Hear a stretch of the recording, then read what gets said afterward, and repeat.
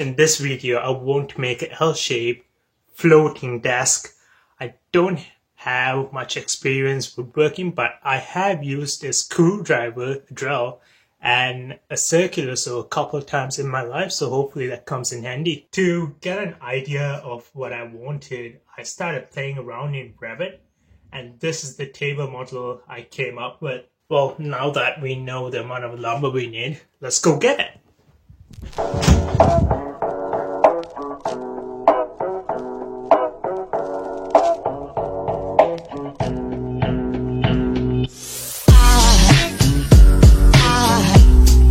Aside from my soul,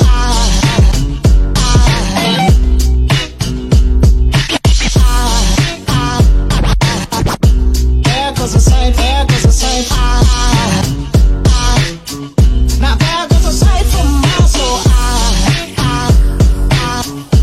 There goes a sight from my soul.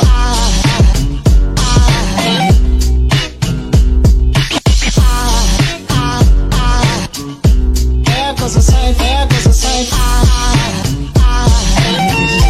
There goes a sight from my soul. I think it's all angels just walk by. I think it's all angels just walk by. I started with cleaning up all the 2x10s by removing all the staples on them and distinguishing which side of them were the cleanest to be the top of the desk. Then I laid the two 2x10s on the floor right next to each other, good side facing down, to make pocket holes and drive screws in them to attach the 2x10s together. In hindsight, I should have used a pocket hole jig and screws, but the jig is expensive and the holes were only there to make it easy for me to move the desk around. I was not relying on it for structural integrity.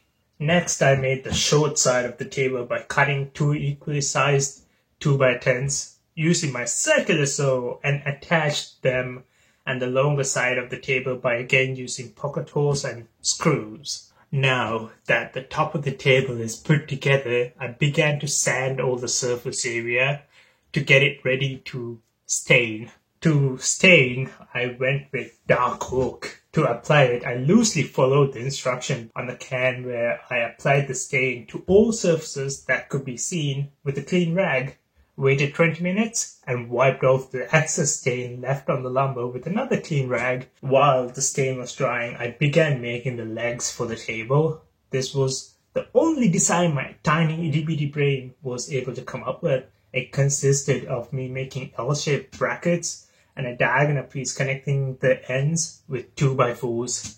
I started out with cutting all the needed pieces and added a circular end to the top part of the leg to make it look nice in case someone decided to look underneath. Once all the pieces were cut, I screwed all the horizontal and vertical pieces together and stained everything. I had to leave everything alone for 24 hours for the stain to dry. Once the stain was dry, I began to apply the finishing clear coat to every surface of the table. This was done using a sponge-like brush.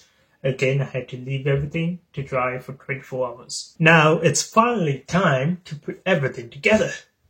I started out with marking the studs on the wall, then added the legs to the wall where the top of the leg is at 29 inches from the floor and leveled. Next, I added the top of the legs and screwed them together by using 4 screws on each leg and sending the screws from the bottom so it will not be visible. Then I added the diagonal piece to the legs using screws. I did this by attaching it to the bottom piece first and then pushing the table to the level position by pushing on the diagonal piece and screwing it on. I didn't have a small level, so I used this little pen with the built-in level on it. Pretty cool if I do say so myself. Well, here is the final product. It looks okay to my eyes. It's not too shabby if I do say so myself.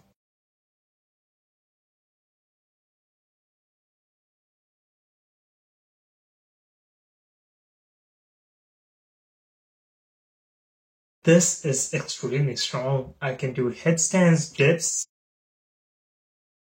sit on it,